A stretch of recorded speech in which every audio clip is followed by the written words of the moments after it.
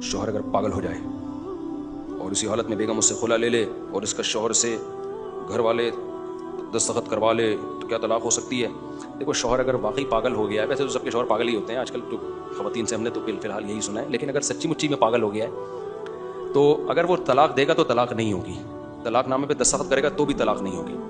اب اس کے لیے وہ کورٹ سے یک طرفہ نکاح کیسے ختم کرائے گی؟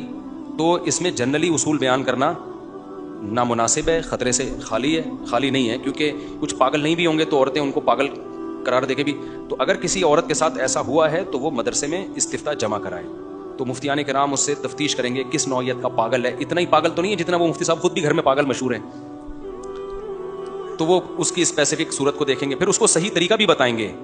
بعض دفعہ کیس صحیح ہوتا ہے، جینین کیس ہوتا ہے، لیکن عورت عدالت میں کیس اس طرح سے کرتی ہے وکیلوں کے چکر میں آ کے کہ وکیل اس کو غلط رخ بتاتے ہیں، پھر جب کورٹ اس بیس پہ طلاق دلواتی ہے تو وہ کوئی بھی مفتی اس طلاق کو نہیں مانتا، پھر عورتیں پریشان ہوتی ہیں کہ شریعت میں تو ہوئی نہیں ہے۔ تو خلا لینے سے پہلے علماء سے رابطہ کریں، تو اگر وہ آپ کا کیس جینین ہوگا، خلا بنتا ہوگا نا، تو علماء خود طریقہ بتا دیں گے۔ جیسے ایک مثال دیتا ہوں، بس یہ مثال دے کے بیان ختم۔ جیسے میرے پاس ایک کیس آیا نا، ایک خاتون نے کہا میرا شوہر رخصتی پہ آمادہ ہی نہیں ہے، وہ مجھے ساتھ لے ہی نہیں جا رہا، تو میں کورٹ میں کیس کر رہی ہوں، تو کیا مجھے خلا جو ملے گا وہ ٹھیک ہوگا؟ تو میں نے کہا آپ یہ کیس نہ کریں کہ مجھے اس شوہر سے ہر صورت میں ڈیورس چاہیے، کیونکہ اس بیس پہ عدالت نے اگر خلا دے دیا نا تو کوئی بھی مفتی اس طلاق کو طلاق نہیں مان، کیونکہ اسلام کی روح سے یہ غلط ہوگی۔ تو پہلے آ گئی تھی، ان کو میں نے طریقہ بتایا، میں نے کہا آپ کیس یوں کریں کہ میں اپنے شوہر کے ساتھ رہنا چاہتی ہوں، سمجھ میں آ رہی ہے بات؟ بھائی میں تو رہنا چاہتی ہوں، میں اس پہ ایگری ہوں کہ یہ مجھے اپنے ساتھ رکھے اور میرا نان نفقہ اٹھائے، یہ نہیں چاہتا، تو کورٹ اس کو کہے کہ یا تو مجھے لے کے جائے یا مجھے طلاق دے۔ اب جو کیس کس کی کورٹ میں چلا گیا؟ اب عورت کی۔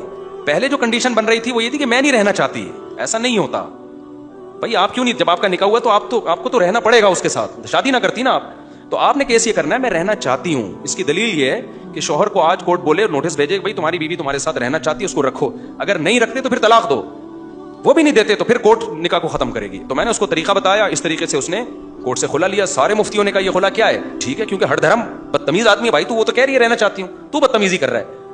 تو کورٹ کے جو کیس ہوتے ہیں نا، اس میں پہلے مفتیان کرام سے رابطہ کر لیں، وہ بتا دیں گے کیس جینین بھی ہے یا نہیں ہے تو پھر صحیح طریقہ کیا ہے، تو اس طریقے سے ہو جائے گا۔ پھر بھی اکثر تو جینین ہوتے نہیں ہے نا، میاں ویسے ہی پسند نہیں آ رہا ہوتا، تو وہ پھر غلط ہو جاتا ہے۔ کیا پوچھ رہے ہیں بھائی؟